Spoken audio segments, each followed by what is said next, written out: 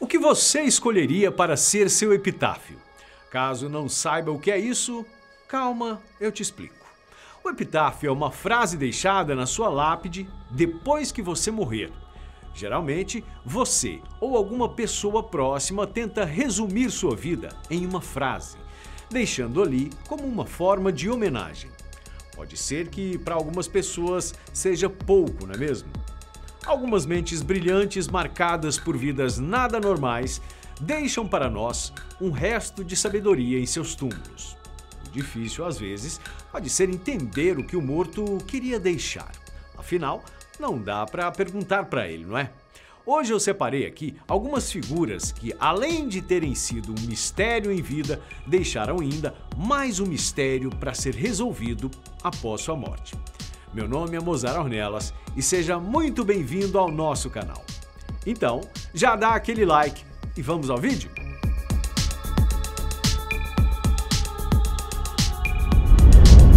Você com certeza já ouviu o nome de William Shakespeare.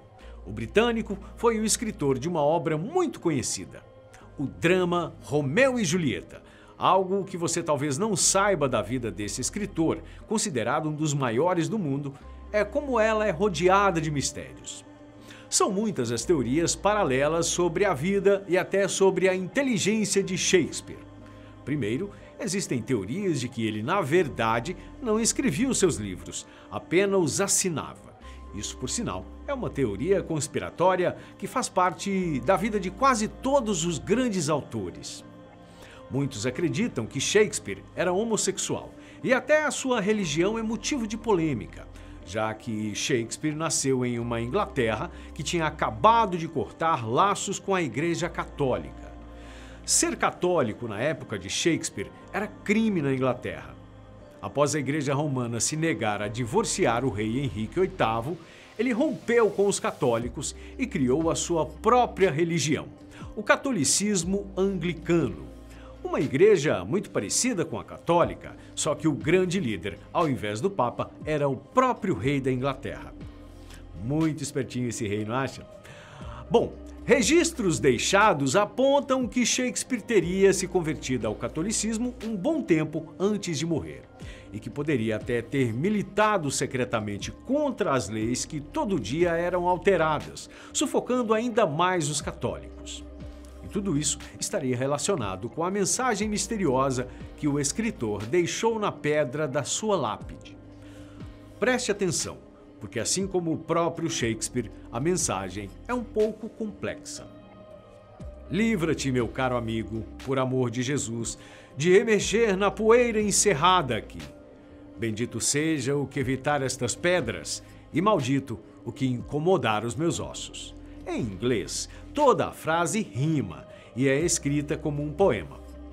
É muito importante saber disso, porque poderia estar relacionado com o verdadeiro significado da mensagem, que mais parece uma maldição, principalmente quando ele fala bendito seja o que evitar estas pedras e maldito o que incomodar meus ossos. Bem, como você provavelmente já sabe, Shakespeare adorava um drama, mas ele também gostava muito de comédia.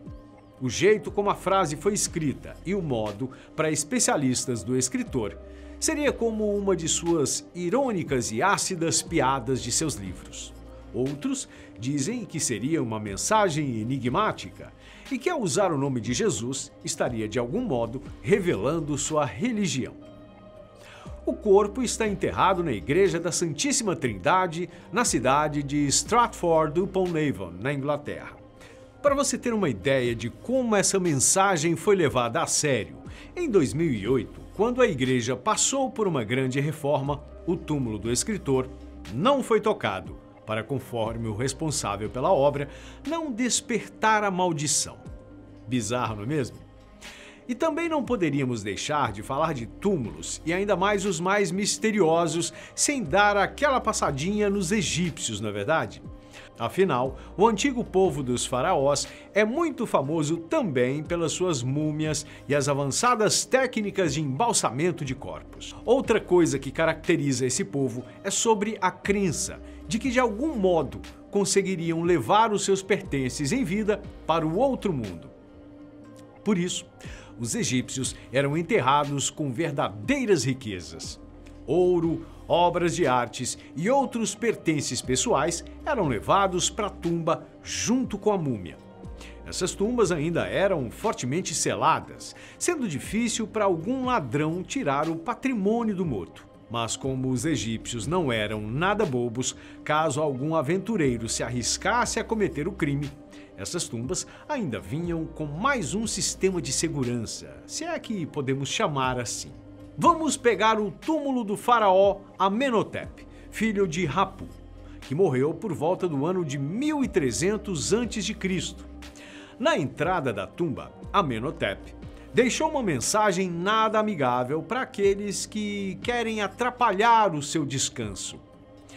Em uma longa lista, o faraó deixa algumas maldições bem precisas sobre o que irá acontecer com quem passar daquele ponto. Perder todos os seus pertences, ser incinerado, não ter sucessores e perecer de fome até seu corpo ser reduzido aos seus ossos são algumas das maldições nada simpáticas que Amenhotep deixou para os ladrões de cova.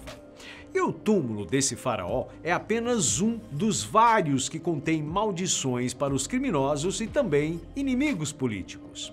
Uma cultura bem interessante desse povo, não é mesmo?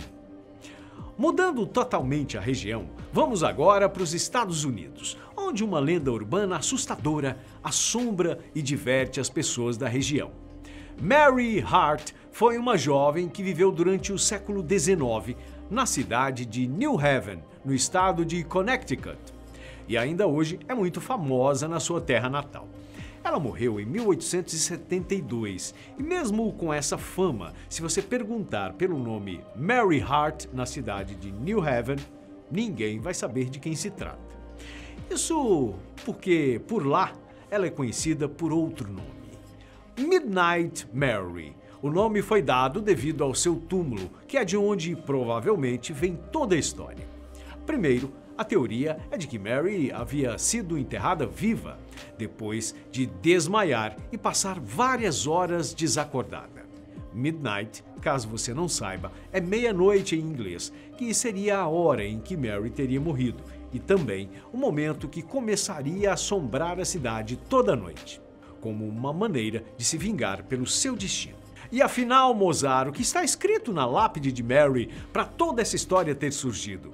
Um pouco após o meio-dia, próximo da hora de recomeçar seus afazeres diários, com o corpo e a sua mente funcionando perfeitamente, tendo caído prostrada, permaneceu inconsciente até morrer à meia-noite de 15 de outubro de 1872.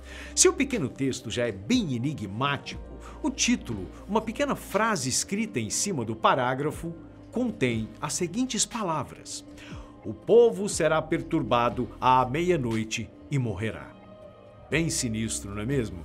O seu túmulo virou até uma espécie de ponto turístico para pessoas de cidades próximas e o burburinho sobre o assunto foi tão grande que as autoridades decidiram exumar o corpo de Mary.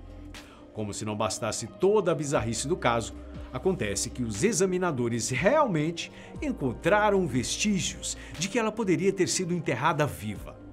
Há quem diga que na época em que viveu, Mary teria sido considerada uma espécie de bruxa e por isso foi enterrada viva como punição. Muito macabra essa história. E para finalizar nossa lista, temos o túmulo de um homem que não foi nada amigável. Tamerlão, ou Timur, nasceu no ano de 1336, em uma região que hoje é o Uzbequistão. Ele era o filho líder de uma tribo, os Barlas, um povo que pertencia ao império formado por um dos homens mais cruéis que a história já conheceu, Gengis Khan. Tamerlão conseguiu em vida subir de um humilde príncipe de uma pequena vila, se é que podemos falar assim, até um dos maiores imperadores que já existiram naquela região da Ásia. Tamerlão, que era manco por causa de algumas flechadas que tinha recebido ainda na adolescência, quando tentava roubar algumas ovelhas, o futuro rei, que era muito ambicioso, deu um golpe de estado em sua região, matando até o próprio cunhado para conseguir governar uma boa porção de terras. Depois de chegar ao poder, começou uma política expansionista, conquistando várias outras cidades da região.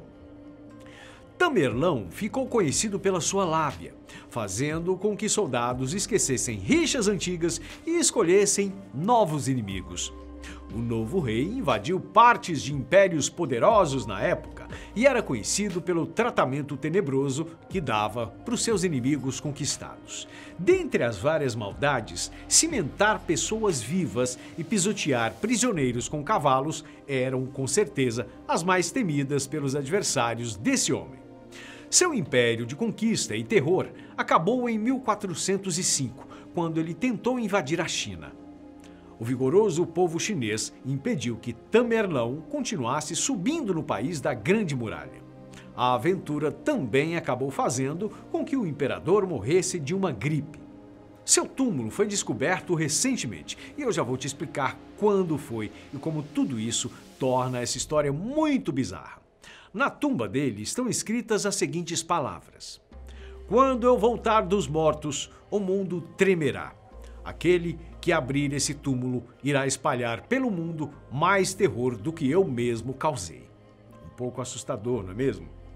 O túmulo foi descoberto em 1941 por pesquisadores da antiga União Soviética. Era o começo da Segunda Guerra Mundial e algum tempo depois desses arqueólogos russos encontrarem a tumba, Hitler iniciou um movimento conhecido como Operação Barbarossa, que era, resumidamente, invadir e conquistar a União Soviética. Reza a lenda que Stalin teria ficado tão consternado com o fato que mandou fechar a tumba de Tamerlão. Coincidência ou não, Hitler seria derrotado pouco tempo depois pelo mesmo motivo que Tamerlão perdeu na China. O inverno rigoroso e o uso do clima pelos soviéticos fez com que o Führer tivesse que recuar suas tropas da Rússia. E por hoje eu fico por aqui. Não se esqueça de comentar se você quer ver mais vídeos do tipo. A sua opinião é sempre muito importante pra gente. Um grande abraço e até a próxima.